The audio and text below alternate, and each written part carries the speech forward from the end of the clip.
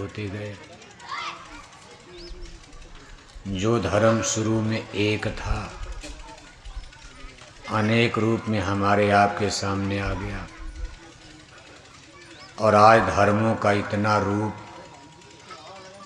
धर्म के नाम पर ये मानव जाति इतने वर्ग में, इतने समूह में डिवाइड हो चुकी है।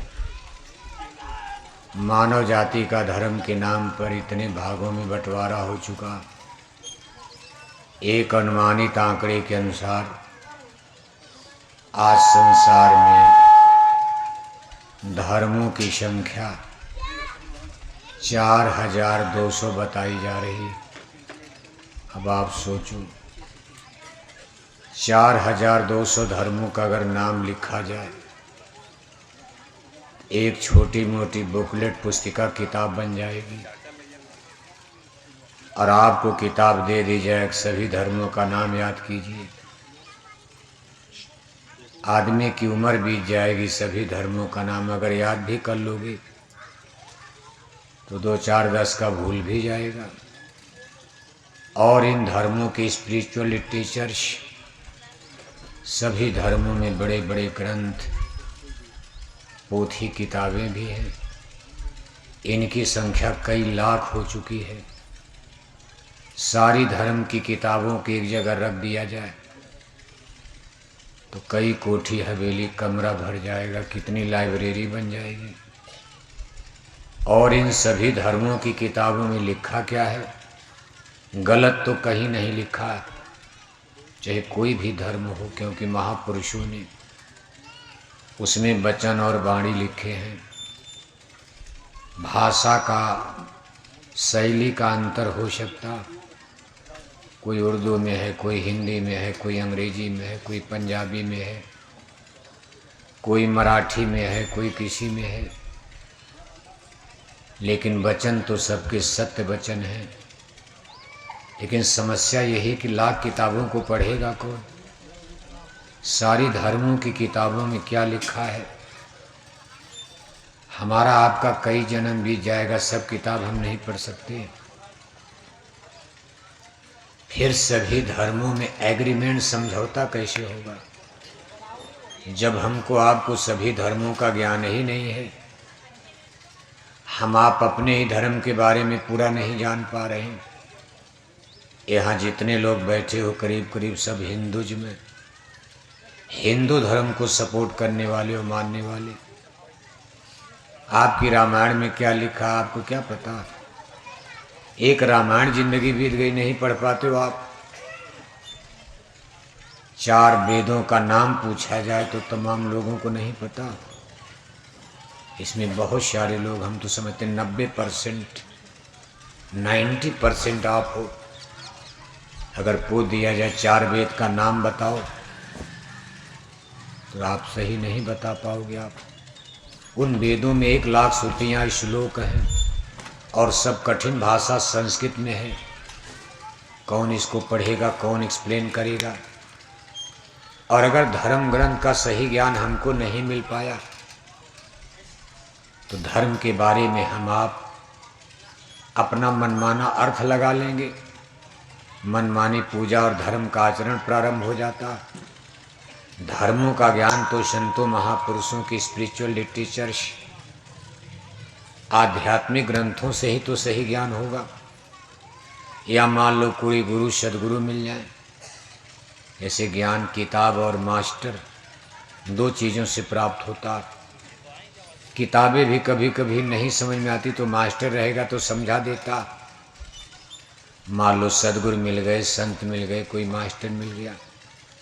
क्योंकि जितने ग्रंथ लिखे गए, कोई मास्टर, कोई संत, कोई महात्मा, कोई गुरु ही तो लिख कर गए, आसमान से तो आया नहीं। अब उसी तरह का प्रेजेंट टाइम, वर्तमान में मान लो हमको कोई the great master of spiritualism में, हिंदी अंग्रेजी वाला मास्टर नहीं, साइंस ऑफ सोल, अध्यात्मवाद को जानने वाला, इस चेतन पराविद्या को समझने वाला कोई मास्टर, कबीर की तरह, नानक साहब की तरह, राधा स्वामी महाराज की तरह, स्वामी विवेकानंद, दयानंद सरस्वती की तरह, धर्मगुरु शंकराचार्य की तरह, अब कितने महात्माओं का नाम लिया जाए, सब लोग चले गए। अगर इसी तरह का कोई मास्टर इस समय मिल जाए तो हमारा आपका कोई किताब से बहुत मतलब नहीं है, क्योंकि किताबों का ज्ञान किसी महात्मा का ही ज्ञान है, गुरुओं का अनुभव है। और अनुभव लेने वाला कोई गुरु अगर भारत में आपके शाजापुर में मौजूद है, आप उनके स्कूल में सत्संग में जाकर रोज पढ़ रहे हो, सुन रहे हो, तो आपको रामायण गीता वेद भागवत मास्टर सब समझा देंगे सरल भाषा में। नहीं संस्कृत आएगी आपको हिंदू में समझाया जाएगा, नहीं हिंदी समझ पाओगे मराठी में समझाएंगे। मतलब आप जो भाषा जान रहे हो उस भाषा में मास्टर आपको समझा देगा उस विद्या को। लेकिन मान लो मास्टर भी न मिले और किताब पढ़ना आपको आता नहीं है, किताब आप पढ़ते नहीं हो, मान लो कभी थोड़ा बहुत पढ़ भी लिया, 1 पन्ना 2 पन्ना रामायण, तो पूरी बात तो समझ नहीं पाओगे, आधा अधूरा ज्ञान रहेगा और आप धोखा खा जाओगे। इसलिए जरूरत इसी बात की, आज संसार में धर्मों का एग्रीमेंट। प्रश्न यही खड़ा होता कि क्या इतने धर्म सब जो बन गए हैं शुरू से था, या धर्म किसने बना डाला, जिसमें आज हम लोग सस्पेंस में उलझ चुके हैं। जनता बेचारी की समझ में ही नहीं आता कि कौन सही है क्या गलत है, किस धर्म को माना जाए किसको न माना जाए।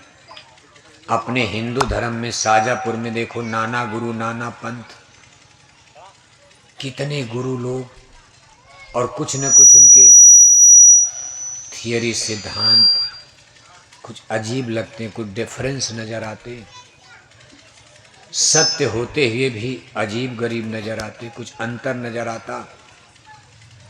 हम आपको एक छोटा सा प्रमाण दे रहे हैं, धर्म की तो कोई किसी की बुराई कर ही नहीं सकता, लेकिन वर्तमान समय में रिलीजियस सिस्टम देखो आप, आपका हिंदू धर्म है, हिंदू धर्म में लोग गाय को माता मानकर पूजा करते, कहते भाई गाय को दाना दो, चारा दो, पानी दो, सेवा करो गो माता की, तो भगवान खुश होंगे, हमको दुआ मिलेगा, पुण्य मिलेगा, आशीर्वाद मिलेगा।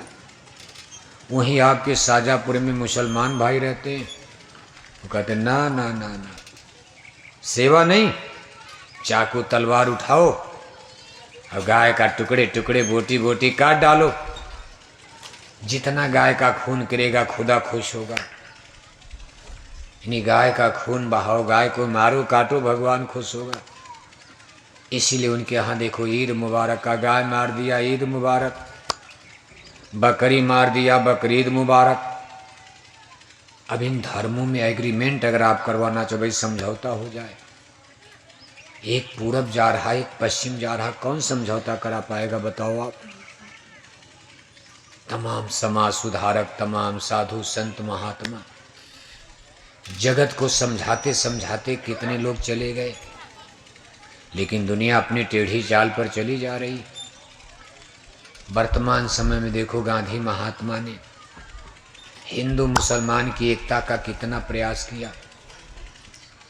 1 दोहा चौपाई भी उन्होंने बना लिया गीत, और रोज सुबह शाम उनकी प्रार्थना में ये गीत गाया जाता था कि ईश्वर अल्लाह तेरे नाम सबको सम्मत दे भगवान।